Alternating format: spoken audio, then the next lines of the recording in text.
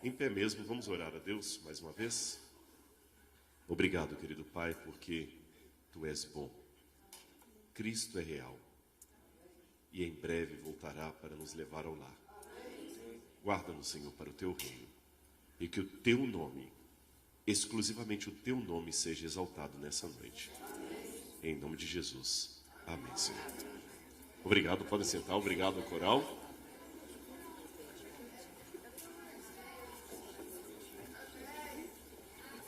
Amém. Você sabe o que significa amém? Vocês estão falando tanto amém? Assim seja. E se eu falar que não é isso?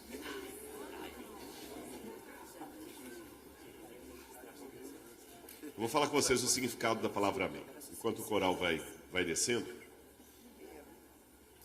A língua hebraica da Bíblia é uma língua que não tem muito a ideia de abstrato, que nós temos em português o abstrato. A gente tem muito o abstrato. Quando você fala, por exemplo, respeito, como é que desenha o respeito? Qual que é o tamanho do respeito? Qual que é a cor do respeito? Não existe isso. Saudade. Como é que você desenha isso aí? Não tem como. No hebraico, tudo é concreto. Até aquilo que nós, em português ou em inglês, entendemos como abstrato, eles têm como concreto. Por exemplo, quando a Bíblia fala da fidelidade, ela fala, andai nos meus caminhos. Este é o caminho, andai nele. Olha como é concreto. Como é que descreve a fidelidade de Enoque? Enoque andou com Deus. É assim que... até o pleonasmo, que no português é um vício de linguagem, no hebraico é muito forte. Quem tem ouvidos para ouvir, ouça. Quem tem ouvidos, ouça. Parece redundante. Lázaro, sai para fora. Isso é muito forte. E a palavra fé, que nós traduzimos como fé, não existe uma palavra em hebraico própria para fé. Mas a que mais se aproxima é a palavra emuná.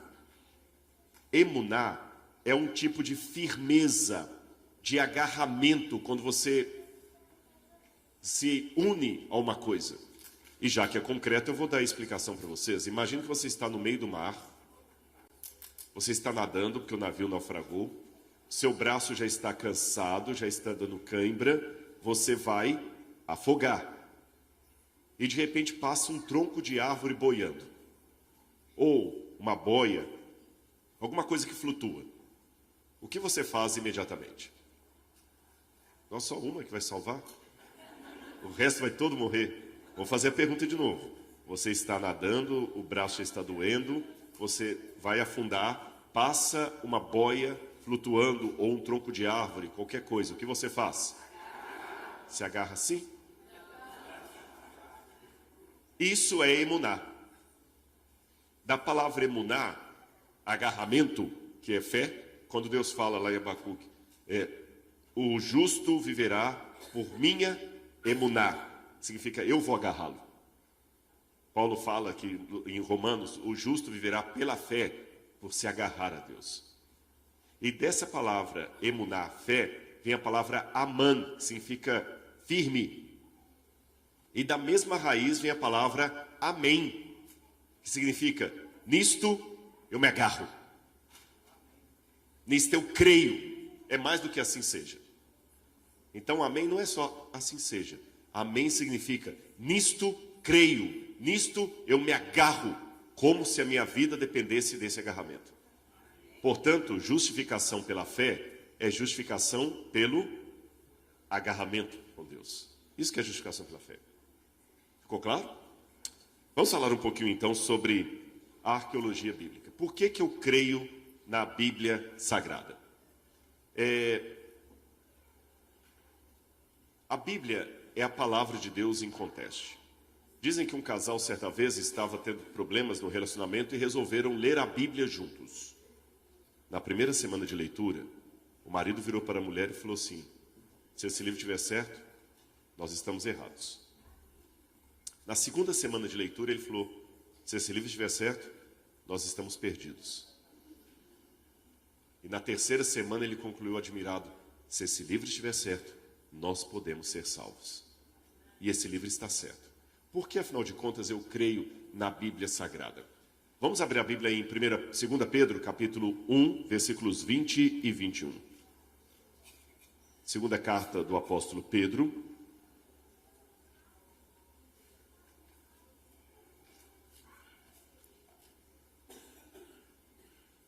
Eu estou estreando essa Bíblia aqui, e ela é nova, as páginas estão grudando aqui, que a outra estava bem arqueológica, sabe?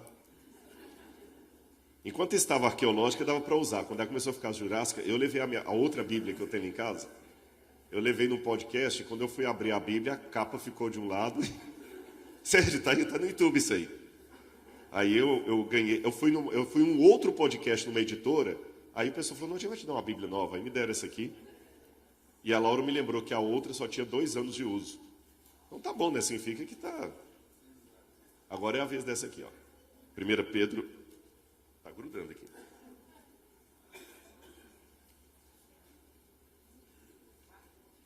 Pronto. Capítulo 1, versículo 20 e 21. Diz assim na minha tradução. Posso ler? Amém? Quem encontrou? Amém. Não vai morrer tudo afogado. Quem encontrou, diga amém. Amém. Agora sim. Tem esperança de salvar alguns. Vamos lá. Primeiramente, saibam que nenhuma profecia da Escritura provém de interpretação pessoal, porque nunca, jamais, qualquer profecia foi dada por vontade humana. Entretanto, homens falaram da parte de Deus, movidos pelo Espírito Santo. 2 Timóteo, capítulo 3, versículo 16. 2 Timóteo, capítulo 3, versículo 16. Toda a Escritura é inspirada por Deus e útil para o ensino, para a repreensão, para a correção, para a educação da justiça. Eu quero destacar 2 coisas aqui. Quando no grego fala que a Escritura foi inspirada por Deus, theopneustos, significa Deus soprou a Escritura aos profetas. Não significa que Deus ditou a Escritura. Essa ideia de inspirado, soprou, significa que Deus mostrou a revelação para eles e através do Espírito Santo capacitou os profetas a escreverem aquilo que Deus estava revelando. Porém, o estilo era do próprio profeta. Paulo, que era culto, um filósofo, ou mesmo Salomão, escreviam com muito mais erudição do que Pedro, que era um pescador. Sabiam? Vou contar um segredinho para vocês. O Apocalipse, em grego, tem tantos erros gramaticais que se um aluno escrevesse uma redação como está o grego do Apocalipse, ele não seria aprovado. Isso mostra que a Bíblia é Deus falando com sotaque humano. Então a Bíblia não foi ditada por Deus, ela foi inspirada por Deus. Os irmãos entenderam isso? Deus protegeu a Escritura para que o profeta não cometesse erro que pudesse colocar em risco o que Deus estava mostrando. Mas Deus não ditou a Bíblia. Alô? Não, Moisés, não é isso não. Escreve outra coisa. No princípio criou... Deus está muito direto. Não, não foi assim.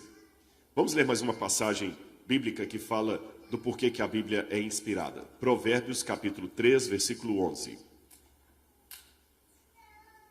Provérbios, capítulo 3.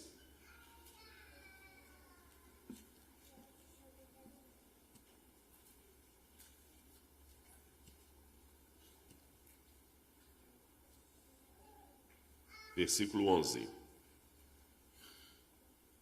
Gente, está muito grudado. Eu vou ler na tela. Eu vou contar para vocês. Eu sou um pouco conservador com uma coisa. Não tomem isso como doutrina. Agora abri. Não tomem como doutrina, não. É um preciosismo do Rodrigo. Tá bom? Estou assumindo para mim. Eu sei que a gente pode ler a Bíblia no celular e tudo, mas eu acho que tão mais assim solene ler no papel. Né? Eu sei que eu posso projetar como eu projeto lá para quem eventualmente não está com a Bíblia, mas eu gosto daquele barulho da igreja. Quando o papel passa, é claro. Pastor, deixa eu fazer na sua e fica melhor. Aqui, ó. É gostoso esse barulho assim. Não é gostoso? Mesmo que hoje eu sei que eu tenho que atualizar minha linguagem. Eu tenho que falar assim, vamos acessar a Bíblia no livro de João. Mas eu gosto desse papel aqui, então eu gosto de ler aqui ainda. Provérbios capítulo 3, versículo 11. Meu filho, não rejeite a disciplina do Senhor, nem se aborreça com a sua repreensão. Lembra que eu falei que eu tinha que dizer duas coisas de Timóteo 3,16? Eu falei da Bíblia ser inspirada e ela fala, ela é útil para a educação na justiça. E aqui fala, não rejeite a disciplina do Senhor, aquilo que o Senhor revelou. A Bíblia é importante, inclusive, para a educação de jovens. E se eu estou falando dessa noite para alguém que veio aqui porque foi convidado, mas você não é muito religioso, tem uma mente mais secularizada, acha meio ridículo isso, papo de crente, então deixe-me dar para você uma fonte acadêmica. Esse The Great Code, The Bible and Literature, de Northrop Frye, é quem estuda literatura ou filosofia da literatura, área de humanas, tem que passar por esse livro aqui. O Grande Código é praticamente o manual por excelência da área de literatura. Quando eu falo literatura, o estudo da literatura em si é aquilo que permeia quem é especialista em literatura inglesa, estudando Shakespeare, ou quem é especialista em literatura espanhola estudando Cervantes. Ou quem é especialista em literatura brasileira, estudando Machado de Assis. O que está por detrás da linguística? Vários grandes teóricos da comunicação ou da linguagem, por exemplo, Foucault, estou falando de pessoas ateias, tem que beber no livro de Northrop. É um clássico da área acadêmica não superado até hoje. E Northrop, ao escrever esse livro, O Grande Código da Literatura, ele colocou essa nota nesse livro. Esse livro é tão importante, ele é dessa grossura. E aqui nos Estados Unidos custa uns $400, $500 mais ou menos. É um livro caro. A Bíblia deve ser ensinada desde cedo, de modo completo, lançando bases profundas na mente, de modo que tudo o que vier depois possa se estabelecer nela. Saber ler a Bíblia é saber ler. As habilidades de leitura preliminar e as habilidades avançadas de leitura podem ser aprendidas da Bíblia melhor do que qualquer outro livro. Tá bom? Isso aqui é material para ser estudado em Harvard, Yale, Princeton, Stanford e outras universidades. Cambridge. Isso aqui é o que o mundo acadêmico reconhece sobre a Bíblia, apesar do preconceito de alguns. Agora, o que faz a Bíblia um livro sui generis, um livro diferente, um livro que eu falo assim, olha, ele é melhor do que qualquer outro livro da humanidade? Eu poderia dizer muita coisa sobre a Bíblia. Eu poderia dizer, por exemplo, que a Bíblia é o livro mais publicado e traduzido e talvez lido, coloquei entre aspas, do mundo inteiro. Essa estatística que eu peguei, eu não tive condição de pegar uma mais atualizada, ela tem uns 5 anos. Tem uns 5 anos. Eu sei que tem novos dados, mas essa que eu peguei tem uns 5 anos. Há 5 anos atrás, a Bíblia já havia sido traduzida em 2.565 diferentes línguas do mundo. Ontem eu estive no Bible Museum, Museum of the Bible, Museu da Bíblia de Washington. E lá tem uma parte que mostra a Bíblia traduzida em várias partes do mundo. Mais de 2.600 línguas a Bíblia já foi traduzida.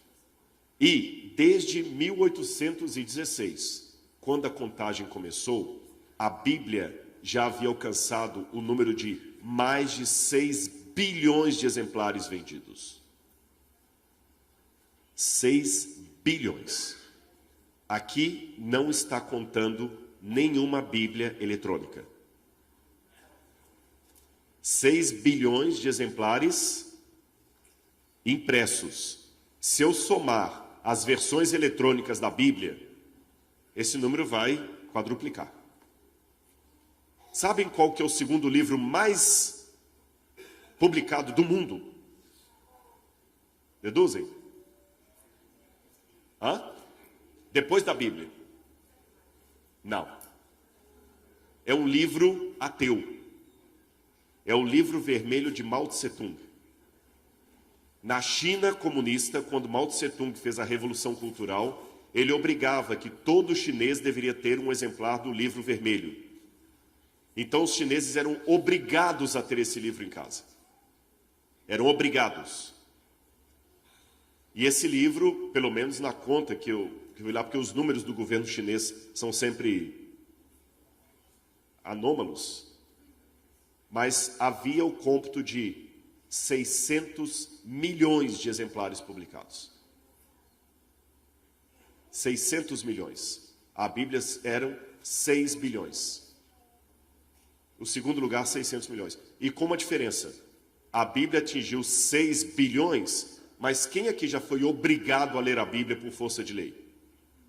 Conhece algum país do mundo, ou na história, onde um rei, um papa, um governador, um senhor feudal, ou um líder religioso falou, a partir de hoje, quem não ler a Bíblia todo dia vai ser morto? Vocês já viram na história algum caso, algum capítulo em que soldados entravam na casa e falaram assim, cadê o livro, cadê a Bíblia? E se você não tivesse a Bíblia, você seria preso? Houve alguma vez isso? Mas com o livro vermelho houve. Cada família chinesa tinha que ter um livro vermelho em casa. Se a Guarda Nacional de Mao Tse Tung passasse em sua casa, pedisse o livro vermelho e você não tivesse, você seria morto. Então, nessa situação é fácil alcançar 600 milhões de exemplares vendidos. Concordam comigo? A Bíblia alcançou muito mais sem nenhuma obrigatoriedade. Eu poderia também dizer que a Bíblia é um livro sui generis, porque ela foi o primeiro livro a ser impresso no Ocidente por Johann Gutenberg, lá na Alemanha. Poderia dizer também que a Bíblia é estimada por intelectuais da história, vários. Mas, dizem que toda a verdade vem depois da conjunção adversativa. Mas, porém, contudo, entretanto, sempre o que vem depois. Eu gostaria de ir muito lá, mas... Então eu poderia dizer que a Bíblia é um livro maravilhoso por causa daquelas coisas. Mas, não é por isso que eu vou falar que a Bíblia é sui generis. Vocês vão se surpreender. A Bíblia é um livro sui generis pelo que um cético disse. George Bernard Shaw. A Bíblia é o livro mais perigoso da Terra. Mantenha-o trancado e jogue a chave fora. Mantenha-o longe do alcance dos seus filhos. É por isso que ela é sui generis. Que ela ameaça. E numa parte, eu concordo com ele. Numa parte. Quando ele falou que a Bíblia é um livro perigoso. Se você está aqui nessa noite, eu quero dizer para você. Esse livro de capa preta, ele vai mexer com a sua vida. Vou dizer mais uma coisa para você. Esse livro é revolucionário. Vou dizer mais uma coisa para você. Você não tem como ser neutro em relação a esse livro. Porque se esse livro for mentiroso, se a Bíblia for mentirosa, é a pior mentira de todos os tempos. Tem que ser combatida. Tem que ser denunciada. Por outro lado, se esse livro for verdadeiro, é a maior verdade de todos os tempos. Tem que ser anunciada, tem que ser prestigiada. Não tem como ficar neutro. Vocês entenderam? Não tem como ficar neutro. Não, eu não sou nem contra nem a favor, muito pelo contrário. Você pode ser isso em relação ao futebol, pastor, gostando do Botafogo, né? Não pode não, né? Eu sou tão ruim de futebol que se futebol fosse religião, eu seria ateu. Mas eu sei de uma história, viu, pastor Eto? Não vou falar em qual divisão que foi, não. Em algum lugar do mundo aí, o pastor estava tão empolgado com o futebol e ele tinha que pregar, não tinha jeito. Ele falou, irmãos, vamos abrir a Bíblia em São João 2:1.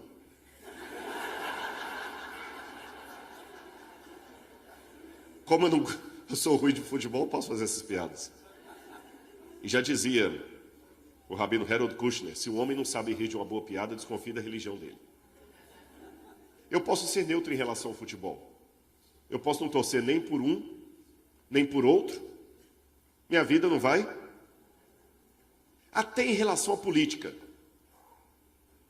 Você pode até ser neutro entre republicanos e democratas. Fala assim, olha, vou tocar minha vida aqui, deixa eles brigarem lá. Que dá para você viver. Mas com relação a esse livro, não tem como ser neutro. Ou você é contra, ou você é a favor. A neutralidade já é posição contrária. Esse livro realmente é um livro perigoso. Ele é tão perigoso que ele mexe até com intelectuais de prestígio. Quando eu fiz a faculdade de teologia em São Paulo, eu terminei... Teologia não, desculpe-me, filosofia. Teologia eu terminei na Bahia. quando eu fiz a faculdade de filosofia em São Paulo, lá na Unify, a gente estudava o livro desse cavalheiro, tá certo? Que era nada mais nada menos que um dos maiores filósofos vivos do século XXI, Antony Flew.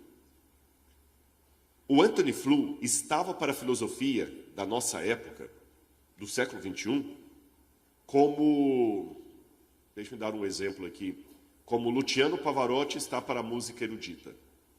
Era um homem de renome. E um dos maiores ateus vivos daquela época. Sabe aquele homem que todos os ateus intelectuais pediam uma bênção para ele? Era Antony Flew. E Antony Flew, professor de Oxford, do Commonwealth britânico lá, aquele jeito, de raciocínio cartesiano, ele escreveu um tratado de negação da existência de Deus. Qual a chance desse homem mudar? C.S. Lewis, que escreveu as Crônicas de Nárnia, tentou pregar para ele, mas ele, no final da sua vida, começou a examinar esse livro de capa preta. E ele admitiu que durante toda a sua época de intelectual, que ele combatia o cristianismo, a fé e a crença, ele não conhecia quase nada de Bíblia. Ele tinha preconceito contra a Bíblia. Isso é uma coisa interessante. Há muitos intelectuais que eles desdenham da Bíblia, mas não conhecem a Bíblia. Quando ele resolveu conhecer a Bíblia, ele mudou. Tanto é que um dos últimos livros que ele escreveu na sua vida foi Deus Existe, um ateu garante. E numa entrevista a Habermas, que é um filósofo cristão, Antony Flew disse o seguinte: a Bíblia é um eminente livro que merece ser lido. A ressurreição de Jesus tem muito mais evidências que qualquer outro milagre mencionado na história. Quando eu estudei os livros de Antony Flew na faculdade de filosofia, ele era ateu. Quando ele resolveu aceitar a existência de Deus e mudar em 2004, foi tão bombástico, gente, foi tão assim, louco, que tem um autor britânico, Richard Dawkins, que escreveu o livro Deus um Delírio, em inglês God Delusion, acho que é God Delusion. E o Richard Dawkins, quando anunciaram que Antony Flew agora acreditava na existência de Deus e na Bíblia, o Richard Dawkins falou: isso é mentira. Impossível. Um homem daquela envergadura intelectual não ia cometer uma besteira dessa. Foi negado. Eu mesmo fiquei em dúvida se eu falava disso em sala de aula ou não, porque a internet hoje aceita tudo. Porque, só para os irmãos entenderem o que eu estou falando, dizer que Antony Flew passou a acreditar em Deus na Bíblia é como falar agora que, sei lá, o Papa resolveu aceitar a guarda do sábado e estudar a lição de Costa Batina. Aí, quando confirmou que realmente Antony Flew veio a público e escreveu artigos sobre a sua mudança, aí o pessoal que antes duvidava da conversão dele, como Richard Dawkins, começaram a falar assim: ele está gagá, é problema da idade. Antony Flew, com aquele humor britânico, que é muito irônico, né? Ele falou assim: interessante, porque 15 dias atrás eu revisei artigos indexados para revistas de prestígio e tudo bem? Quer dizer que agora eu fiquei gagá? Várias vezes na minha vida de filósofo eu mudei de posição. Quando eu mudei de posição a favor da Bíblia, aí eu fiquei gagá. Antony Flew, esse livro muda mesmo. E como eu falei com os irmãos, a Bíblia é a palavra de Deus, porque se eu duvidar, já que eu falei de filosofia, sou formado em filosofia, se eu duvidar da existência histórica de Sócrates, a minha vida de filósofo não muda nada. Nada. Se eu descobrir agora que Sócrates não existiu, que foi um personagem criado por Platão ou por Adimanto, não vai mudar nada. Mas, se eu duvidar que Jesus existiu, a minha vida de teólogo muda por completo, perde o sentido. Perceberam? Eu não preciso de Sócrates para ser filósofo, mas eu preciso de Jesus para ser teólogo. Se eu descobrir que foi tudo um engano, que Sócrates não morreu tomando cicuta, não muda nada da minha vida de filósofo.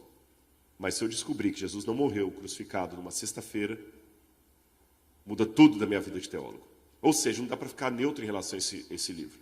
Então vocês veem que, durante a semana na igreja, na Brazilian Temple, eu falei muito sobre a arqueologia como contexto para a Bíblia Sagrada, que é um papel da arqueologia, colocar a Bíblia dentro do seu contexto.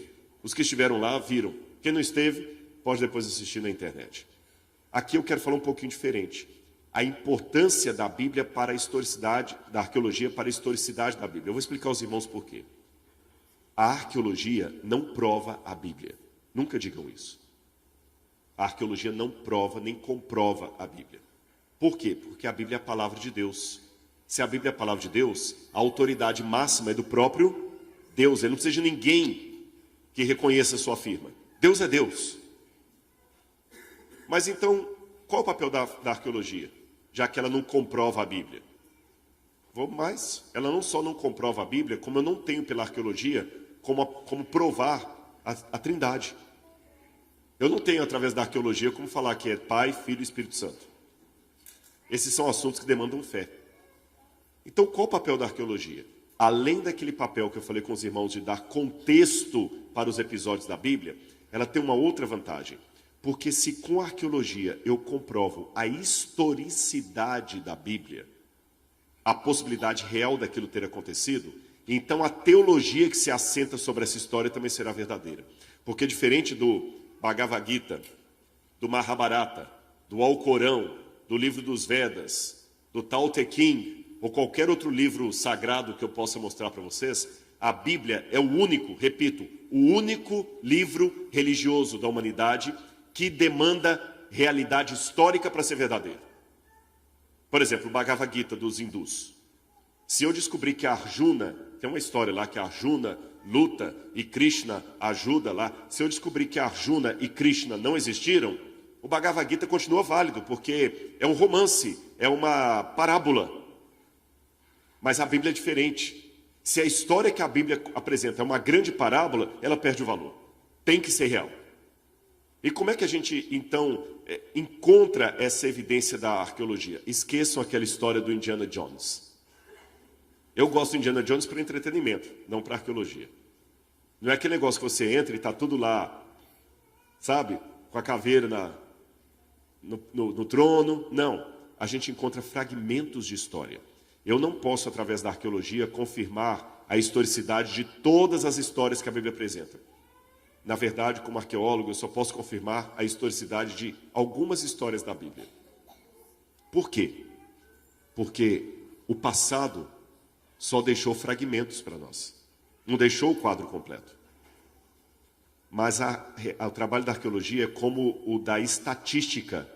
Aqui na América também eles fazem aquelas campanhas que tem no Brasil, quando vai ter eleição para presidente, governador, que eles entrevistam as pessoas e falam assim, se as eleições fossem hoje... Aqui também acontece isso, que no Brasil tem, eu não sei se na América eles fazem isso. Sim ou não? Sim. Quando eles apresentam na televisão, o Ibope ou Datafolha entrevistou 2.657 pessoas. Se as eleições fossem hoje, Machado de Assis ganharia em primeiro lugar com 57% dos votos. Cecília Meirelles ficaria em segundo lugar. Brancos e nulos somariam tanto. Eles entrevistaram toda a população do país? Apenas uma parte. Mas a parte por amostragem me dá uma ideia do todo. Isso é método científico. Então, com a arqueologia eu faço a mesma coisa. Eu não tenho como comprovar o 100% da história.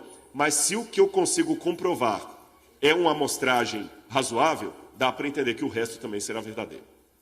Mas antes de entrar nessas comprovações essa noite, eu quero fazer uma pergunta. Por que Deus se comunicaria através de um livro? Por quê? Raciocine comigo. Eu estou aqui com o meu irmão César, aqui, que me deu uma carona, eu agradeço. César está aqui na minha frente. Levanta a mão, César, só para o pessoal ver onde é que você está. Está aqui, ó. Vamos supor que o César está... Aqui a carteira dele caiu debaixo dali, ele não viu. Eu estou vendo que a carteira dele caiu, então eu tenho que alertá-lo que a carteira dele caiu no chão. O que é mais fácil? Eu virar daqui da frente e falar assim, César, sua carteira caiu no chão, ou eu ir até o celular, digitar em hebraico, no WhatsApp, para um amigo israelense. E esse amigo israelense recebe lá em Israel, num fuso horário diferente daqui, que lá estão 5 horas a mais, 4 ou 5 horas a mais. E lá em Jerusalém, esse meu amigo recebe meu WhatsApp, talvez no outro dia, para poder traduzir aquilo para o inglês, para mandar um WhatsApp para uma outra pessoa na redondeza, para outra pessoa traduzir isso para outro idioma, para traduzir para outro, para mandar para o WhatsApp do outro, para chegar para outro, para chegar para ele poder ir lá e avisar o... Faz sentido isso? O que vocês acham? Não faz sentido, porque essa volta toda não era mais fácil eu falar aqui direto? Então por que Deus fez isso com a Bíblia? Por que Deus não fala direto com cada um? Por que Deus escreveu uma coisa em hebraico lá atrás para passar através do tempo de um para o outro, de um para o outro, de outro para o outro, para chegar para mim, para eu poder explicar para você, César? Não era mais fácil Deus falar direto? César, sua carteira caiu no chão? Não era mais fácil? Por que Deus deu essa volta toda? Bom, 1 Pedro 1,21 diz, nós já lemos, nenhuma profecia foi dada por vontade humana, entretanto homens falaram da parte de Deus, movidos pelo Espírito Santo. Então parece uma contradição se nós podemos ir diretamente a Deus em oração, porque ele precisa de um livro para revelar a sua vontade. Um livro escrito em outro idioma, noutra época, por outras pessoas. Simples. Porque Deus respeita os padrões cognitivos da humanidade. E aproveitando a presença da Marli aqui, desde a pedagogia lá, isso é Vygotsky. Vygotsky dizia que você só aprende através do outro. Aí você pode falar, tá, mas tem gente que é autodidata. O que é ser autodidata? É estudar por conta própria o que o outro descobriu. Ah, mas ele descobriu. Tá, ele descobriu uma parte. Aí o outro descobriu outra parte. O outro descobriu outra parte. Ninguém descobriu todo. O Vygotsky dizia muito claro que nós só aprendemos através do outro. E isso, agora voltando a falar de uma maneira mais crente, é a forma que Deus encontrou de criar humildade e união entre nós. Sabe o que você aprende quando você faz doutorado? Pode contar um segredo? Sabe o que significa PhD? Alguém sabe aqui, PhD? Hã? Ninguém sabe. Não tem tanto PhD aqui na América? Permanent Head Damage. PhD. Permanent Head Damage. Cabeça permanentemente. Mas da brincadeira para o sério, sabe o que você descobre depois que você faz um doutorado, um PhD? O tanto de coisas que você não sabe. Quando você faz o doutorado, que tanto de coisa que eu não sei bulufas daquilo. Você pode ser doutor em astrofísica, mas se o seu carro quebra aqui no inverno, você precisa do mecânico.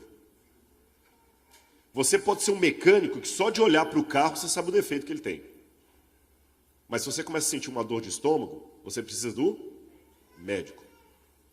Você pode ser um médico renomado do Johns Hopkins. Mas se você tiver um processo na corte, você precisa de um advogado. Você pode ser um advogado formado em Harvard. Mas se você quer controlar bem as suas finanças, precisa de um economista. Você é bom advogado, você não é um bom economista. Você pode ser até um excelente economista. Mas senta no piano ali e procura o dó central. Percebeu? 99,9% do conhecimento que está ao seu redor, você é leigo. E vou dizer mais a vocês. A teologia é a única área do saber que a gente não pode dar carteirada. Porque todos os exemplos que eu dei aqui, você pode dar uma carteirada como advogado e falar assim, olha, eu sou advogado, eu sei o que estou falando. Eu sou economista, eu sei o que eu estou falando. Eu sou médico, eu sei o que eu estou falando. Porque eu sou doutor em medicina, eu sou doutor em direito, eu sou doutor nisso. Mas em teologia você não é doutor em Deus. Não existe especialista em Deus. A única diferença do teólogo para quem não é teólogo é que a gente tem algumas ferramentas para refletir sobre Deus, como o hebraico, o grego, a arqueologia, só isso. Mas fora isso, o teólogo é o crente refletindo sobre a sua fé. Até as crianças que estão aqui são teólogas. Quando elas perguntam assim, mamãe, por que o coelhinho, por que a gente passou e o bichinho morreu? Ele está sendo um teólogo, ele está fazendo perguntas de fé. Até a criança é teóloga. O Karl Barth, que foi um grande teólogo suíço, falava o seguinte, Diga-me como é a sua teologia, e eu te direi quem você é. A teologia pertence a todos, não é exclusividade dos acadêmicos. Então vamos superar aquela ideia antropocêntrica que o universo é Deus e eu preciso do meu irmão, e ele precisa de mim. Albert Bandura falava muito, ele foi um dos professores de Stanford aqui, e ele falava do conceito de modelagem, que a criança só reconhece a realidade através do adulto. É mais ou menos o que Vygotsky tinha falado. Para eu aprender de música, eu tenho que ir a alguém. Para eu aprender de medicina, eu tenho que ir no outro. Para eu aprender... Então, Deus fez isso com a Bíblia. Para eu aprender de Deus, eu tenho que ir nos meus irmãos. Porque se eu fosse a Deus direto para aprender dele, sem passar por outros irmãos, a religião seria muito antropocêntrica. Eu e Deus. É por isso que eu preciso de conhecer a verdade de Deus através de outros homens que escreveram a Bíblia e não diretamente eu e ele. E mesmo para interpretar esse livro, eu preciso da comunidade. Eu não posso interpretar sozinho. Vocês já ouviram aquele credo que na Igreja Católica sempre eles recitam? Creio em Deus Pai, Todo-Poderoso, Criador dos céus e da terra. Creio em Jesus Cristo, seu único Filho, nosso Senhor, que foi concebido pelo Espírito Santo, nasceu de Maria Virgem, etc, etc, etc. Esse credo católico, ele é do 2º século. Ele antecede até mesmo todo o sistema católico posterior. É um credo que provavelmente tem as suas raízes na época apostólica. E no grego, esse credo tem uma parte interessante, quando fala o seguinte: creio em Deus. No grego está assim. Creio, eu vou tentar traduzir ao pé da letra para fazer sentido. No grego está assim: creio para Deus, ou seja, Deus é o objeto da minha crença. Creio para o Espírito Santo, é objeto da minha crença. Creio para Jesus Cristo, é objeto da minha crença. Creio na igreja, é o local da minha crença. É que quando a gente traduz em português, parece tudo a mesma coisa, né? Creio em Deus, creio em Jesus, creio no Espírito Santo, creio na igreja. Parece que tudo é objeto da minha crença. Não, não, não, não. Deus é o objeto da sua crença. Você crê nele, você crê em Jesus, você crê no Espírito, você crê na igreja local. Tanto é que um dos grandes erros que tem por aí é quando o pessoal fala: a igreja sou eu. A igreja não sou eu. A igreja somos nós. A palavra igreja, no grego, é coletivo. Falar a igreja sou eu é tão sem sentido quando falar assim: a colmeia é a abelha. Colmeia é a abelha? A colmeia é um conjunto de abelhas. Então a igreja não é você. A igreja é um conjunto de pessoas como você. Entenderam por que Deus colocou a Bíblia? Para eu superar aquela ideia, muito eu. Tem um autor, Oscar Cadedal, que escreveu o livro Jesus de Nazaré, e ele disse: para chegar ao eterno é preciso voltar os olhos para a temporalidade. Para ir até Deus é necessário passar pelos homens. Para penetrar profundamente no mistério é necessário partilhar intimidade com o próximo humano. Para nos conhecermos a nós mesmos, temos que passar pelo irmão e deixar que ele passe por nós. E eu quero dar um último testemunho, 2 últimos testemunhos para entrar na arqueologia. Esse homem aí, Lew Wallace, do exército, ateu, inteligência tremenda, um intelectual. Quando ele estava terminando o seu serviço no exército, ele discutia tão bem sobre Deus e destruindo tudo, que o superior dele falou: rapaz, por que você não escreve um livro contra a Bíblia, para acabar logo com essas crendices? O Lew Wallace falou: realmente, eu vou escrever um livro contra a Bíblia, mas para isso eu tenho que estudar a Bíblia. Aí ele estudou a Bíblia. E quando ele terminou de estudar a Bíblia, ele deixou de ser ateu e escreveu o livro dele, Ben-Hur. O Ben-Hur foi um livro que surgiu de um ateu querendo desafiar a Bíblia. William Ramsay, Sir William Ramsay, um dos maiores acadêmicos de história romana da Inglaterra. Ele era escocês. Ele, ateu, ele sempre dizia que o livro de Lucas e de Atos era o mais ridículo da Bíblia. E ele tirou um sabático para provar que a Bíblia historicamente é errada. E quando ele terminou esse sabático, fazendo arqueologia, ele começou a crer em Deus e escreveu o livro St. Paul the Traveler and Roman Citizen. São Paulo, o viajante e cidadão romano, e começou a crer na Bíblia. William Ramsay descobriu que Lucas faz referência a 32 países, 54 cidades, 9 ilhas, e não achou um erro sequer. Pelo contrário, William Ramsay percebeu que em algumas situações em que um autor secular, como Suetônio, Tácito, o autor romano, falava uma coisa e Lucas dizia outra, quando ele foi investigar em campo, Lucas que estava certo e o autor romano que estava errado. Eu vou dar um exemplo arqueológico para os irmãos. Abram comigo a Bíblia em Romanos, capítulo 16, versículo 23. No finalzinho da carta de Paulo aos Romanos, capítulo 16, versículo 23. Posso ler? Amém? Nossa, vai morrer todo... Pastor, você vai terminar com a igreja vazia, viu? Vou dar uma chance aí, Titanic. Quem achou, diga amém. Amém. Agora sim. Se no Super Bowl vocês falarem amém, como vocês falaram na primeira vez aqui, vai ser um desastre, né? Gaio, meu hospedeiro e toda a igreja manda saudações. Também mandam saudações Erasto, tesoureiro da cidade.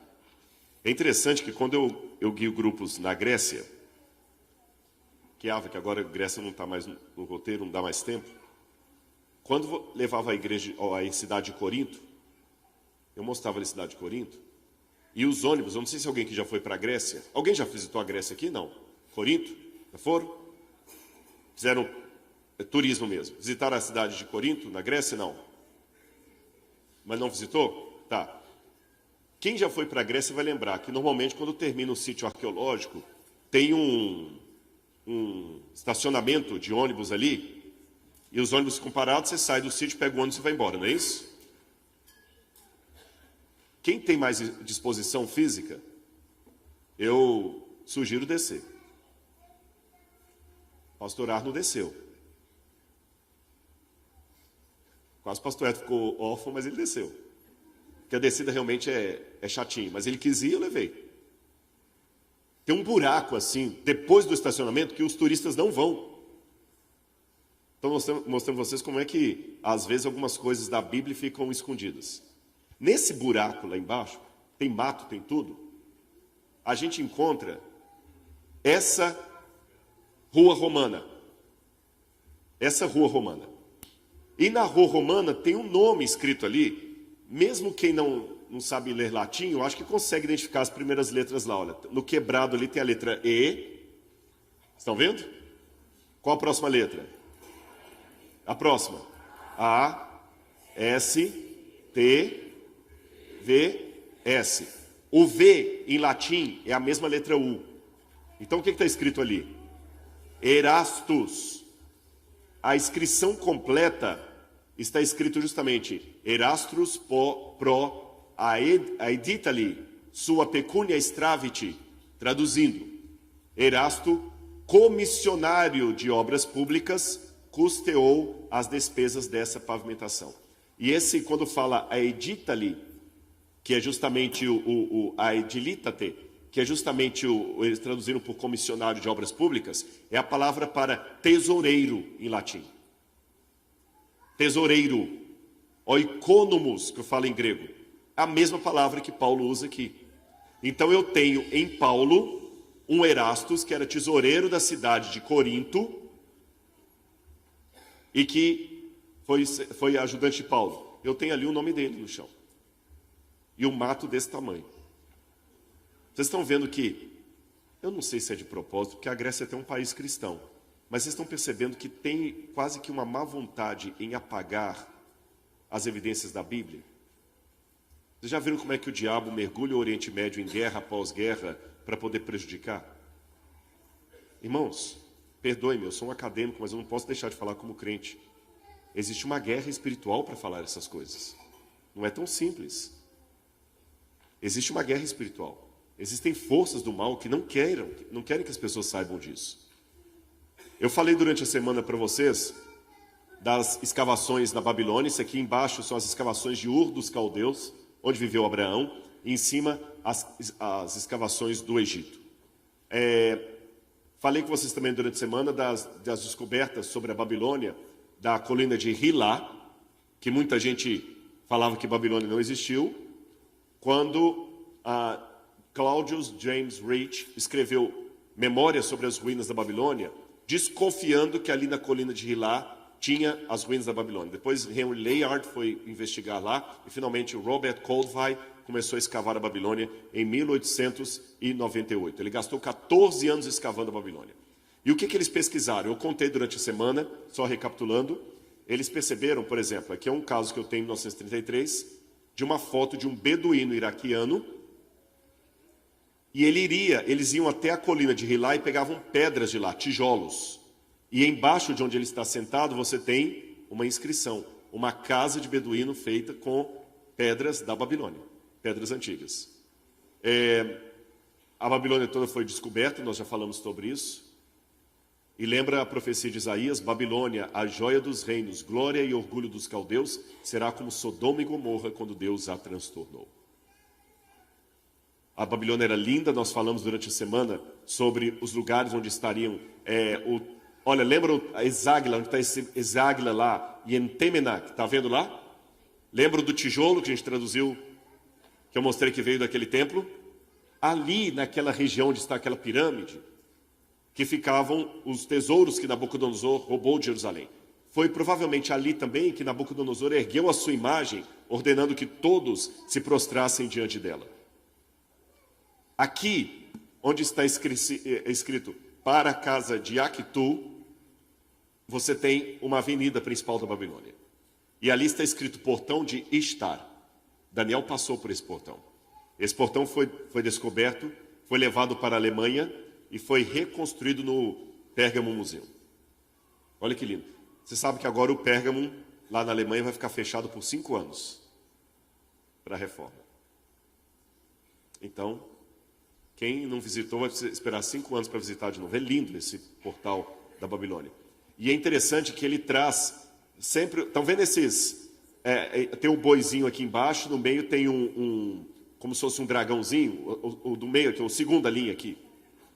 É o Marduk, que luta contra o Tiamat, o dragão de Marduk. 2 Reis 24 falava de como Nabucodonosor atacou Jerusalém. Vocês sabem que havia muitos acadêmicos, inclusive de Yale, que diziam que essa é a parte mais mentirosa da Bíblia, que não houve um ataque de Nabucodonosor a Jerusalém. Até que a descoberta dos tabletes cuneiformes comprovou detalhe por detalhe do que a Bíblia falava. Olha esse tablete o que diz, são as crônicas de Nabucodonosor. Nabucodonosor acampou contra a cidade de Judá, Jerusalém, no segundo dia do mês de Adaru, ele tomou a cidade e capturou o rei. E a Bíblia fala que ele capturou Jeoaquim. Ele nomeou ali um rei de seu coração. A Bíblia fala isso, Zedequias. Recebeu o seu pesado tributo e enviou para a Babilônia. Exatamente como está em 2 Reis, capítulo 24. Jeremias, capítulo 52, verso 34, fala que na Babilônia havia uma ração que era dada para Joaquim e seus filhos. E o tablete fala a mesma coisa.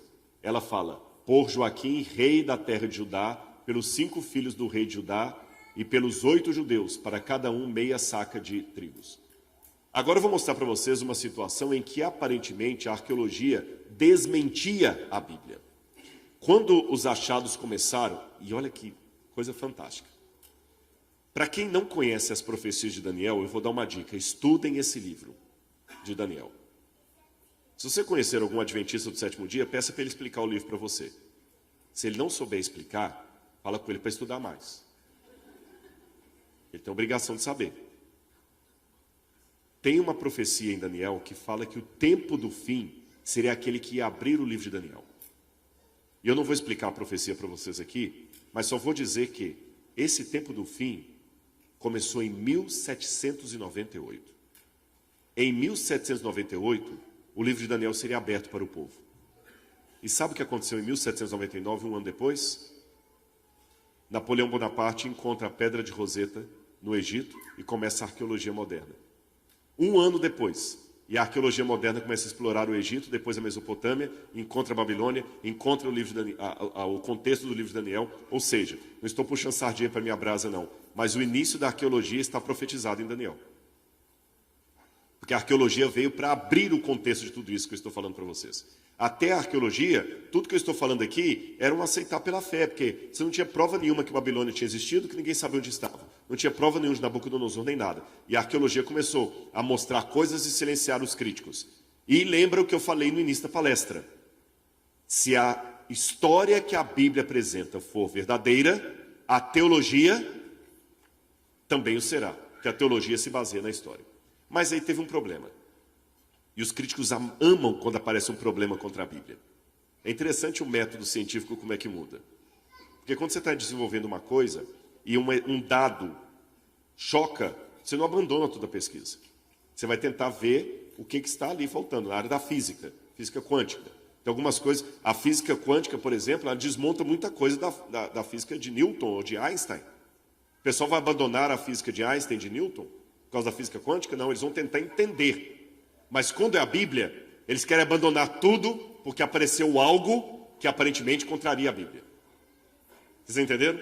Mesmo crentes, mesmo muitos jovens abandonam a fé porque descobriram uma coisa que aparentemente contradiz a Bíblia. Só uma coisinha. Eu vou dar um exemplo para vocês. Quando os tabletes cuneiformes começaram a ser decifrados, descobriram a lista dos reis da Babilônia. E sabem qual foi o último rei da Babilônia? Nabonido, o cavaleiro que está naquela pedra ali, ó, adorando o Deus Sim, Deus da lua. Nabonido, o último rei da Babilônia. E depois de Nabonido, os persas atacaram a Babilônia e acabou. Mas eu tenho um problema. Abram comigo a Bíblia no livro de Daniel.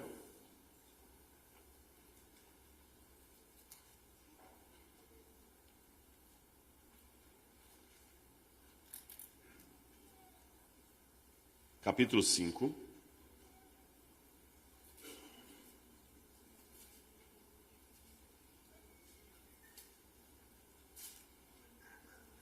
Daniel capítulo 5, versículo 30. É aquela história da mão que escreveu na parede. O capítulo termina o seguinte: naquela mesma noite, Belsazar, rei dos caldeus, foi morto. E Dario, o Medo, se apoderou do reino quando tinha mais ou menos 62 anos de idade. Pela Bíblia, qual foi o último rei da Babilônia? Belsazar. Mas pela arqueologia, qual foi o último rei da Babilônia? Nabonido. Aí muitos críticos falaram, está vendo? A arqueologia desmente a Bíblia. Quem está com a razão? Se me perguntassem isso na época, eu falasse, olha, eu não tenho uma resposta, eu não tenho explicação, mas eu sei que a Bíblia é a palavra de Deus. O problema é que Belsazar não aparecia em nenhum documento da Babilônia. Estava a lista de todos os reis da Babilônia, todos, mas Belsazar não aparecia. E além de não aparecer, o último rei foi Nabonido, então não tinha como ter alguém. Até que Talbot, William Charles Talbot, esse camarada, estava nos porões do Museu Britânico. Lá ainda tem até hoje muitas caixas de tabletes com escrita cuneiforme, tabuinhas de argila, que não foram decifradas. E ele encontrou esse cilindro. E quando ele começou a traduzir o cilindro, ele corrigiu alguns erros de tradução que havia de Hitzib. E ele percebeu que numa das linhas, o rei Nabonido pedia oração para o seu filho, Belshazzar. O nome está aqui. Lembra que eu falei que é silábico? Aquela primeira parte você diz Bel, a do meio, Shar, Uzur, Belshazzar, Belsazar. Aí o Talbot, que era ateu, falou assim, olha, a gente tem que maneirar. Existiu Belsazar, sim. Mas ainda assim a gente não precisa acreditar em Bíblia. Porque a Bíblia coloca Belsazar como rei dos caldeus. Ele não era rei. Ele era príncipe, filho do rei. Então a Bíblia continua errada. A gente só equivocou quando falou que ela inventou alguém que não existia. Existiu Belsazar, mas ele não era rei. A Bíblia está errada. Só que depois, mais tarde, em 1882, foi publicada uma tradução das Crônicas de Nabonido. E nessa crônica, e está aqui, gente, a foto que eu estou mostrando não é ilustrativa, não, é a foto do objeto que eu estou fazendo referência. Está no Museu Britânico. Nessa pedra está dizendo que Nabonido era um rei que passava a vida viajando fora do reino dele. Ele não ficava lá administrando a cidade, não. Por exemplo, ele passou 10 anos do seu reinado de 17 anos vivendo em Teimá, na Arábia. E quando ele estava fora da Babilônia, ele deixava o seu filho, Belsazar, no trono em seu lugar. E essa crônica fala que quando os persas chegaram, quem estava no trono da Babilônia era Belsazar, filho do rei, que foi morto, e o rei foi de Teimá com um exército para tentar pegar os persas, mas foi tarde demais, ele foi preso. Então, na verdade, quem estava no trono quando os persas chegaram foi Belsazar. Vamos voltar para a Bíblia. Olha que interessante. Daniel, capítulo 5, o próprio livro de Daniel, capítulo 5, diz assim, capítulo 5, versículo...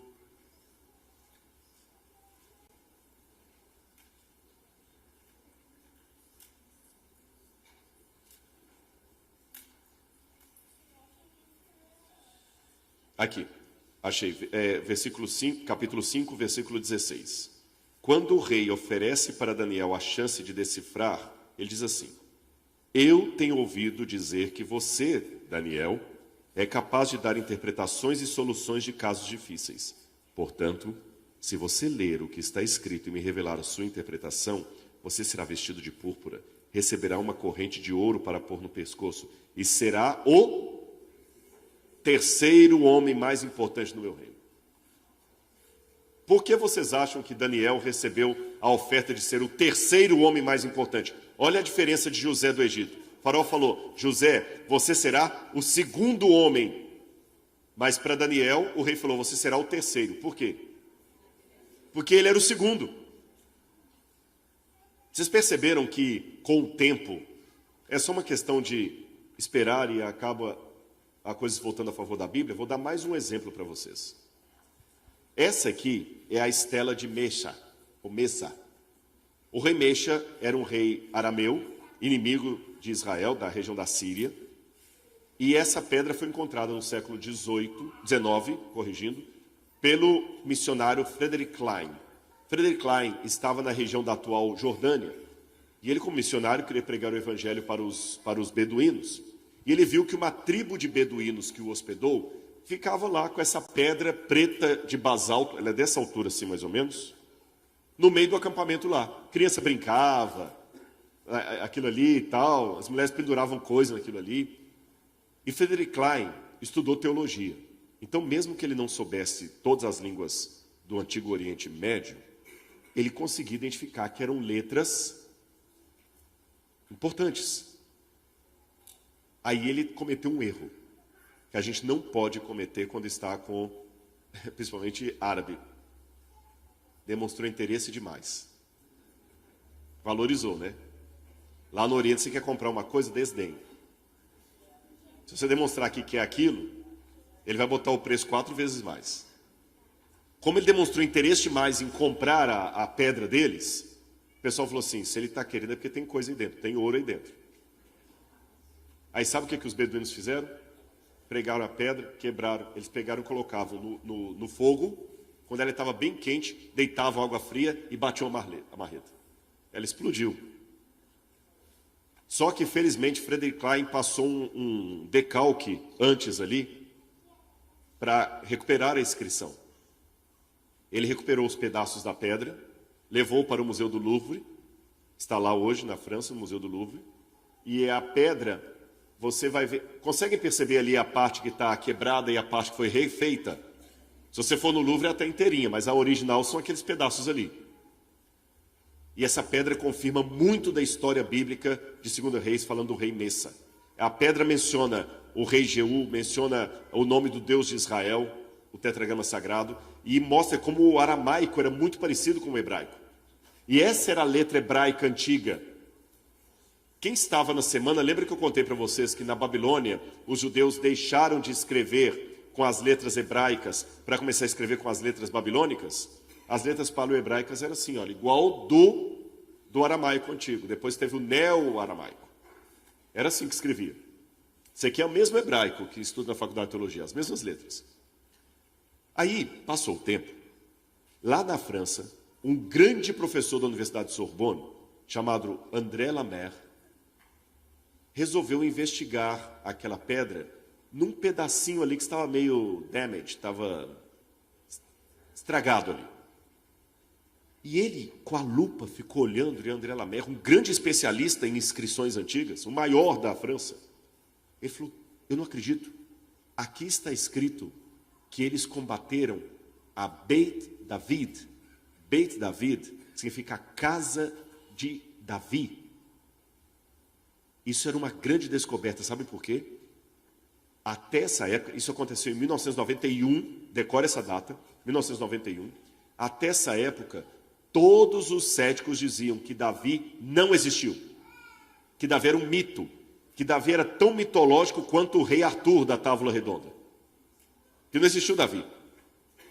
Mas ele tinha ali uma inscrição que falava da dinastia de Davi, porque a expressão Beit David, casa de Davi, aparece na Bíblia Sagrada para falar da dinastia de Davi. Se você combateu a dinastia de Davi e está num documento histórico, é porque ele existiu. Quando o André Lemaire foi falar para o... Gente, faltam 5 para as 9. Eu posso ir até 9h15? A minha esposa fala que eu sempre enrolo com esse negócio, mas é verdade. Eu quero... Porque tem tanta coisa legal para... 9h15, eu prometo não cansá-los, não. Aí, a mãe não tem escola dominical, né? Tá tudo bem? Aí, quando ele pegou e foi divulgar para os amigos, o que vocês acham que aconteceu? Apesar de ser um homem respeitado na academia, o que vocês acham que aconteceu? Tá gaga. Quase acabou com a reputação dele como paleógrafo na Sorbonne. Ridicularizaram, porque sou tão ridículo como se eu falasse aqui, gente, como arqueólogo, vou mostrar para vocês a prova histórica da existência do Saci Pererê. Aí o André Lemaire se recolheu, não pôde publicar, nenhuma revista aceitou publicar o artigo dele. Em que ano que aconteceu isso? Vamos ver se vocês lembram. 1991. Em 1992, um ano depois, no norte de Israel, foi encontrada essa pedra. E ela foi publicada em 1993. Essa pedra, eu conheci o arqueólogo Avram Viran, já faleceu. Eu conhecia quando estava vivo, né, gente? Claro. Avram Viran. Quando eles encontraram em Tel Dan essa pedra, vocês estão vendo aqui embaixo uma parte que está mais clarinha, de branco? Ali está escrito Beit David, casa de Davi. Gente, foi uma coisa tão louca que também houve resistência. Mas não tinha como, porque a pedra não foi comprada no mercado de antiguidades. Ela foi encontrada num sítio arqueológico. Chegaram a suspeitar que Avram Viran tinha forjado a escrita. Depois falaram, não, ali não está escrito Beit David, casa de Davi, está escrito Beit Dot, casa do tio. Não tem ridículo. Aí depois tiveram que admitir que realmente tinha uma comprovação arqueológica de Davi. Mas vocês acham que os céticos se dão por vencidos? Sabe o que eles falaram? Tá bom, crentes, vocês ganharam. Davi existiu. Mas ele não foi rei de um reino unificado de Israel. Ele foi um líder tribal. Como se fosse um lampião lá do Brasil.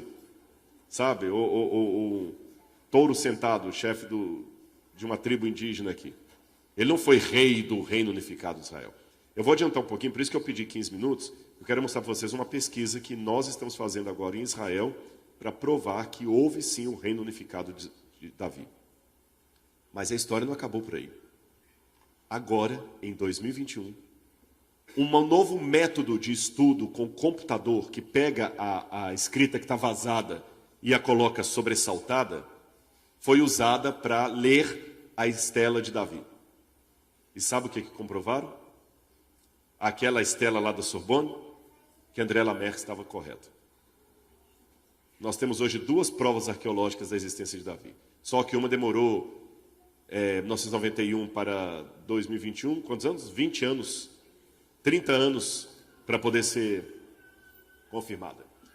Na Jordânia, tem uns restos de reboco também muito interessantes, que originalmente eram partes de uma parede. E nesses rebocos está escrito, aqui está a profecia de Balaão, o vidente. A mesma coisa que diz a Bíblia. E ele se refere a Deus como El Shaddai. Nós temos uma prova arqueológica da existência de Balaão. Pilatos, na década de 1960, foi encontrada em Cesareia Marítima essa pedra, comprovando a existência de Pilatos e sua residência em Cesareia. Ali em cima, em latim, está escrito Tiberium, embaixo, Pôncius Pilatos, prefeito Judéia, prefeito da Judéia. E depois descobriram um anel que também tem o nome de Pilatos. O Pilatos da Bíblia também está documentado. Aí está a equipe de arqueologia do NASP, que trabalhou no ano passado na cidade de Laquis, em Israel. E em julho agora, nós vamos escavar de novo Laquis. Laura está numa felicidade? Ela não vê a hora. Mas casou, né, meu bem? Falou a promessa. Já falou lá, diante do altar lá. Pastor Martins no casamento lá, né? Na doença. Até falei hoje no carro. Só tem uma coisa que eu acho que tinha que mudar no manual da igreja, sabe? Porque fala o seguinte, na doença, e na saúde e na doença. O que mais? Até hoje eu estou na pobreza. Eu queria ser fiel na riqueza também, mas só está na pobreza. Por que eu tenho que ser fiel na riqueza e na doença e só na pobreza? Eu quero ser fiel na riqueza também, né? Mas a Universidade Adventista do Tennessee já escavou a cidade de Laquis com o professor Joseph Garfinkel, que foi meu professor na Universidade Hebraica, e a Universidade Adventista do Tennessee escavou dois verões lá, e agora a Universidade do NASP está escavando mais dois, o Centro Universitário do NASP, mais 2 verões. Escavamos ano passado e vamos escavar de novo agora. Isso aí é a turma do NASP. Por que eu estou mostrando isso para vocês? Porque muitos jovens que estão aqui talvez estudam faculdade secular e o professor ridiculariza. Esse negócio de igreja não tem... Isso é bobagem, é tudo coisa de crente. Não, meus irmãos, a Bíblia também tem ciência. A Bíblia também tem método científico. A Bíblia também tem artigo científico publicado. Não é só ateu que é racional, não. Eu não sou racionalista, mas racional o crente também é. A gente produz publicações. E agora nós estamos justamente comprovando a existência histórica do reino unificado de Davi. Já que estou falando de Laquis, deixe-me contar algumas coisinhas que foram encontradas lá interessantes. Aqui está a entrada da cidade. Vocês veem que tem 3 câmaras de um lado e 3 câmaras do outro. Estão vendo? Quando você entra na cidade, nos tempos bíblicos, você tinha que passar naquelas câmaras. O que é aquilo ali? Bom, aquilo ali é justamente a Receita Federal. Quando você chega no aeroporto, Customs. Tinha que passar. E havia uma coisa interessante. Vocês conseguem ver do lado de cá que tem uma câmera, 2 câmeras, uma câmera, 2 câmeras. Na terceira câmera, isso, mouse, ajuda. Aí, olha, aí mesmo, está com Parkinson. Desculpa, ele está ajudando e ainda faz piada com o sujeito. Depois sai da igreja e não sabe por quê, né? Obrigado, viu, irmão? Desculpa. Volta o mouse para lá. Ele ficou com água, ficou chateado e tirou lá. Se vira agora. É aí mesmo. Mas eu quero que você veja. Pertinho, vai subindo um pouquinho. Para. Aí, desce um pouquinho. Isso, para frente, começou a sair. Parou. Não, você voltou. Parou. Aí. Estão vendo aquele lugar ali? Ali foi encontrado um altar pagão de ponta cabeça. Ele estava virado. Sabe? Upset. E além de estar virado, os altares, na época bíblica, eles tinham 3 colunas aqui, 3 cantos. 1, 2, 3, 4. Falei 3? Não, é 4. Eu me equivoquei. 1, 2, 3, 4. Essas pontas do altar estavam quebradas. E a gente consegue perceber em arqueologia quando algo foi quebrado por ação do tempo, ou quando foi quebrado assim, alguém foi lá e quebrou. Existe uma diferença de um celular que caiu no chão e um celular que alguém chegou com uma marreta e bateu em cima dele. O modo como esse altar que foi encontrado ali foi destruído demonstra que alguém chegou realmente com a marreta e quebrou as pontas do altar, colocou o altar de cabeça para baixo e do lado dele e acima dele, olha lá o lugar que eles estavam escavando, acharam isso aqui, olha. Estão vendo lá de cá?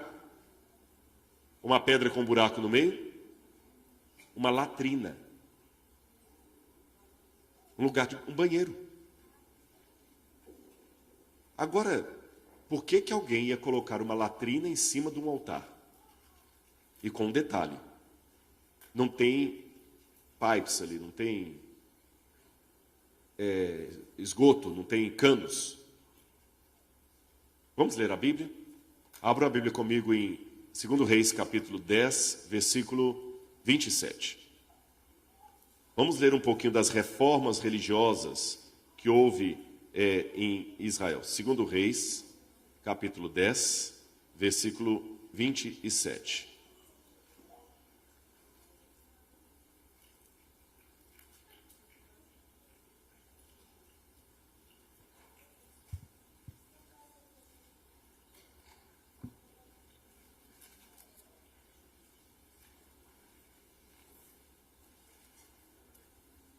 Posso ler? Estão com a Bíblia aberta aí? Amém? 10, 27. Também destruíram a coluna de Baal. Coluna é o altar de Baal. Também destruíram a coluna de Baal. Derrubaram o templo de Baal, transformando-o numa latrina que existe até os dias de hoje. Até os dias de hoje, até os dias que foi escrito. Esse aqui não está falando de Laquis, não. Está falando das reformas de Jeú. Mas o que Jeú fez, a gente encontra ali. Vocês estão notando? O trabalho do arqueólogo bíblico não é ficar procurando a Arca da Aliança. Não é ficar procurando a Arca de Noé. É nos detalhes que a gente comprova a historicidade da Bíblia. Eu não preciso ficar... Agora eu vou encontrar um pedaço do Jardim do Éden. Não, é nos detalhes que você vai percebendo aquilo ali. Já que eu falei da Universidade do Tennessee, o pastor Michael Russell, que é professor lá, estava com o grupo deles escavando há 2 anos, e uma menina achou, no meio ali da escavação, um pedaço de osso. E tudo que a gente acha você guarda num cesto. Muita coisa acaba sendo descartada. Mas esse osso foi para o laboratório em Jerusalém. E a mulher, quando pegou o osso, uma botânica, uma bióloga, ela viu que era marfim. Isso por si só já era interessante, porque encontrar marfim em Israel ali já é uma coisa... o marfim é do elefante, que é de outro lugar. Aí quando levaram em laboratório, perceberam que era um pente. E o pente tinha ovinhos de piolho. Isso mesmo. Mas o mais interessante está nessa ranhura aqui. Vocês estão vendo esses desenhos? Isso é uma escrita alfabética. Ainda estão discutindo a datação dela. Ela pode ser de 1800 a 1500 a.C. E ali está escrito assim: que esse pente me livre dos meus piolhos. Eu sei que pode parecer uma coisa banal, mas isso é muito importante, sabe por quê? É a mais antiga comprovação que temos de escrita alfabética em Israel. E qual a importância disso para a Bíblia? Vou contar para os irmãos. Até um tempo atrás, acreditava-se que quem inventou o alfabeto foram os fenícios, por volta de 1000 anos, 1200 a.C. Hoje isso mudou. Sabe como é que o alfabeto foi inventado? Bom, primeiro a escrita foi inventada na Mesopotâmia, lá onde é o Iraque. E a escrita era muito complicada. Vocês viram aqueles tabuinhas cuneiformes que eu mostrei para vocês? É muito complicado ler aquilo ali. E ela é silábica. Você lê Bel, Achar, Uzur, lembra? Sempre assim. Os egípcios inventaram outra forma de escrever aqui embaixo, que são aqueles bonequinhos, que é mais difícil ainda de escrever. Aí na península do Sinai, por volta de 1800 a.C., alguns mineiros, Não, não eram de Minas Gerais, não. Gostaria que fossem. Nem de Rolante. Os gaúchos sabem. Eram mineiros que trabalhavam nas minas de turquesa e de cobre, que é ali na região do Sinai. Eles eram pessoas muito provincianas, então eles não tinham condição de aprender a língua dos faraós. Mas eles queriam escrever. Então eles pegaram aqueles desenhos faraônicos e começaram a modificar e simplificar e criaram uma escrita rudimentar em forma de letras. Foi o primeiro alfabeto da humanidade. Agora segura essa aí. Quando Moisés estava na terra de Midian, Deus falou com Moisés o quê? Moisés, põe por escrito tudo o que eu te ensinar. Vocês que mexem com tecnologia, a maior tecnologia estava lá, porque Deus deixou descer o tablet do céu e baixou da nuvem ainda. E sabe que originalmente era para ser só uma tábua da lei, né? Os judeus falam isso. Tem rabino que fala que Moisés recebeu a tábua da lei e falou assim: o que é isso, senhor? Os meus mandamentos, Moisés. Mas quanto custa? É de graça. Então eu vou levar 2. Quando Moisés estava ali no deserto, Deus falou com ele: Moisés, põe por escrito o que eu estou te ensinando. Qual que era o mais natural? Onde que Moisés foi educado? Em que faculdade que ele estudou? Qual língua ele se expressava melhor? Egípcio. Moisés ia escrever tudo em egípcio, com aqueles bonequinhos lá. O Gênesis ia estar escrito tudo daquele jeito. Deus falou: não, vamos quebrar a lógica humana. Lembra que Paulo falou que Deus pega a sabedoria humana e torce? Você vai escrever na língua dos incultos mineiros. Com essa escrita, senhor? Tá bom. Moisés escreveu o Gênesis, não com essas letras hebraicas aqui, que não existiam ainda, com aquele jeito rústico. Mas o fato de Moisés escrever daquele jeito, sabe qual foi a bênção? A escrita alfabética nunca se perdeu. Se ele tivesse escrito em língua faraônica, a gente tinha que esperar até 1822 para François Champollion decifrar a Pedra de Roseta e a gente poder ler o Gênesis. Olha como Deus é sábio. Então, a descoberta dessas coisas assim ajudam muito. E para terminar, o último achado arqueológico que eu queria mostrar para vocês aqui é de uma profecia. Eu não vou ler toda a passagem, mas vamos ler apenas um pedaço dela. É o último achado arqueológico que eu quero mostrar para vocês nessa noite. Ezequiel, capítulo 26, versículos 1 a 14. Não vamos ler todos os versos. Eu vou resumir para vocês aqui. Vocês sabem que a cidade de Tiro, que ficava na Fenícia, atual Líbano, era uma cidade muito perversa. Tiro era uma cidade tão perversa que o rei de Tiro se tornou símbolo de Satanás. Misericórdia. Quando a Bíblia fala sobre a queda de Satanás no céu, é um oráculo contra o rei de Tiro. Como caíste do céu, ó estrela da manhã? Sabe por quê? Porque na Bíblia, sim. A Bíblia reconhece o autor do mal e o fantoche, o puppet dele. Você entendeu? A gente só vê Hitler matando 6 milhões de judeus, mas o profeta vê o diabo por detrás de Hitler. Então ele poderia contar a história de Hitler. Eu não sei se é para a revista Adventista depois. Se fosse um profeta fazendo um oráculo contra Hitler, ele ia falar de Hitler misturando a história de Hitler com a história de Lúcifer. Por isso que o profeta fala: ó Tiro, ó rei de Tiro, como você caiu do céu, estrela da manhã, você arrogante. Então Tiro realmente era uma coisa, o rei de Tiro, quer mais? Era tão diabólico o rei de Tiro, que foi na cidade de Tiro que foram cunhadas moedas de prata que os judeus usavam no templo em Jerusalém. Porque a prata mais pura vinha de Tiro. Lá no Museu do NASP nós temos moedas originais de Tiro. E foram 30 moedas de prata dessas de Tiro, que traz inclusive o rei de Tiro de um lado e a águia romana do outro, o rei Melcart.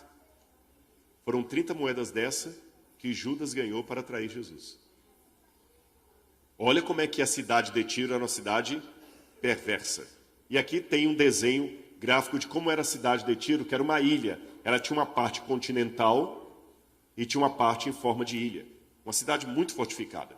E quando Nabucodonosor, que durante a semana toda eu falei para vocês dele, veio atacar Jerusalém, que eu estava explicando no almoço, a cidade de Tiro deu guarida para o exército de Nabucodonosor, porque como está no norte o Líbano, virou o posto de gasolina, que ele parou para abastecer os carros de guerra e tudo mais, tomar uma Coca-Cola e descer. E o pessoal de Tiro falou, bem feito, vai acabar agora com Jerusalém, vai acabar com os judeus. Eles comemoraram a destruição de Jerusalém.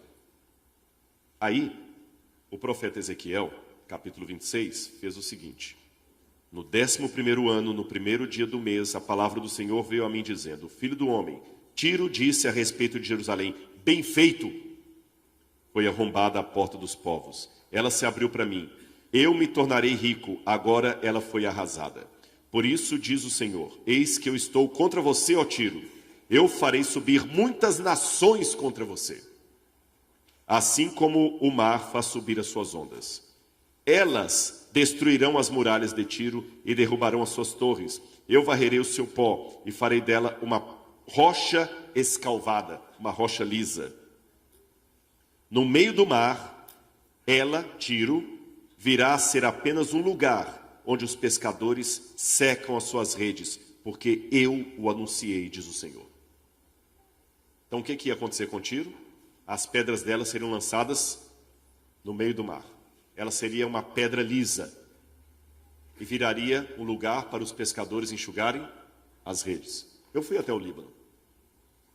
E o que você está vendo aqui na água? Colunas da cidade de Tiro. E ela foi destruída várias vezes. Ela foi destruída por Nabucodonosor, foi destruída por Alexandre o Grande, foi construído um istmo, um aterro. Tanto é que hoje é difícil encontrar a cidade de Tiro. E você vê colunas dela, até no período romano, jogadas no meio do mar. Aqui, ó. Aqui, hoje ela não é mais uma ilha. O aterro que Alexandre construiu, a cidade está nesse cantinho aqui, ó. Mas você não vê mais nada, virou uma pedra lisa. Coloca o vídeo, por favor. Não contente apenas em ver as ruínas da cidade, eu fui mergulhar. Põe naquele trecho, no primeiro minuto lá na frente, o anterior. Não é esse não. Aí mesmo, pronto. Olha lá embaixo do mar, as colunas de Tiro. Ali eu estava vendo a profecia escrita 587 anos antes de Cristo, se cumprindo ali, diante dos meus olhos. Aí eu fico pensando, quem foi que usou essa jarra no fundo do mar? Eu sei que vocês queriam levar, né? Mas tem um código de ética, eu não podia. Ali são colunas. Isso aí, na época da cidade, estava a céu aberto. Pessoas ricas passavam por aí, viam a cidade, trocavam dinheiro no comércio. Era a Quinta Avenida da época, era a Nova York da época. Eu vi justamente o que foi falado pelo profeta ali. Exatamente como a Bíblia falou, as ruas de Tiro. E depois que eu saí da água, a gente foi almoçar. Pode mostrar a próxima parte, para não ficar muito cansativo? A gente foi almoçar. E o que eu podia ver do lado de fora? Que a cidade de Tiro se tornou uma vila de pescadores. E o que a gente via muito lá? Vamos ver se ele vai achar aqui o ponto. Vou mostrar para vocês.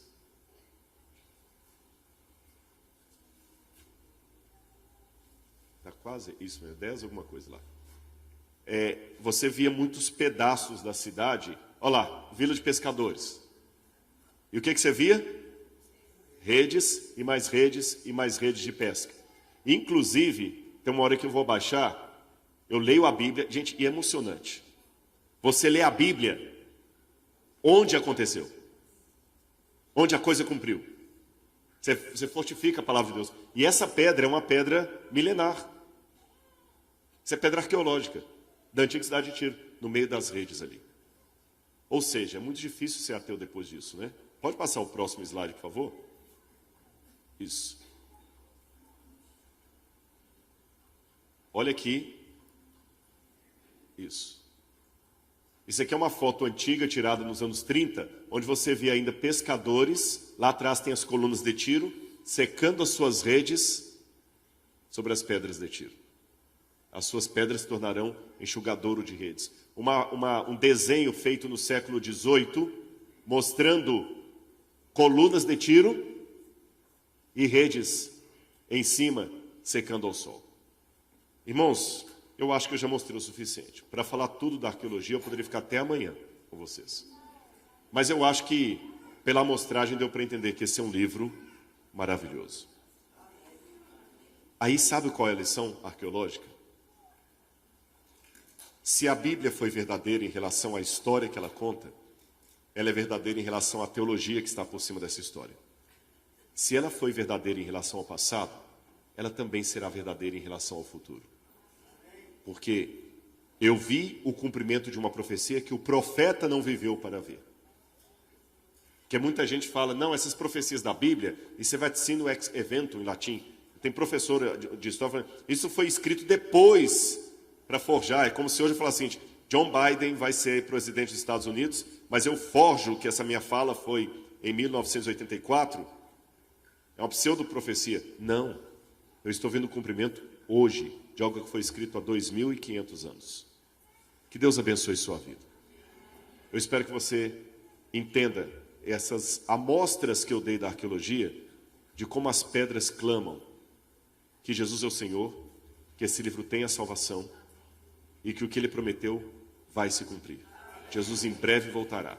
Os jovens que aqui estão, estudem a Bíblia. Sempre. Esse livro é o livro mais importante na sua vida. Não é só com seu pai e sua mãe mandando, não. Estude por você mesmo. Isso aqui vai abrir os seus horizontes, não vai permitir que você seja fantoche de ideologias que estão nesse mundo aqui. Esse livro vai libertar você. Vai dar a você uma visão que nenhum outro livro da humanidade terá.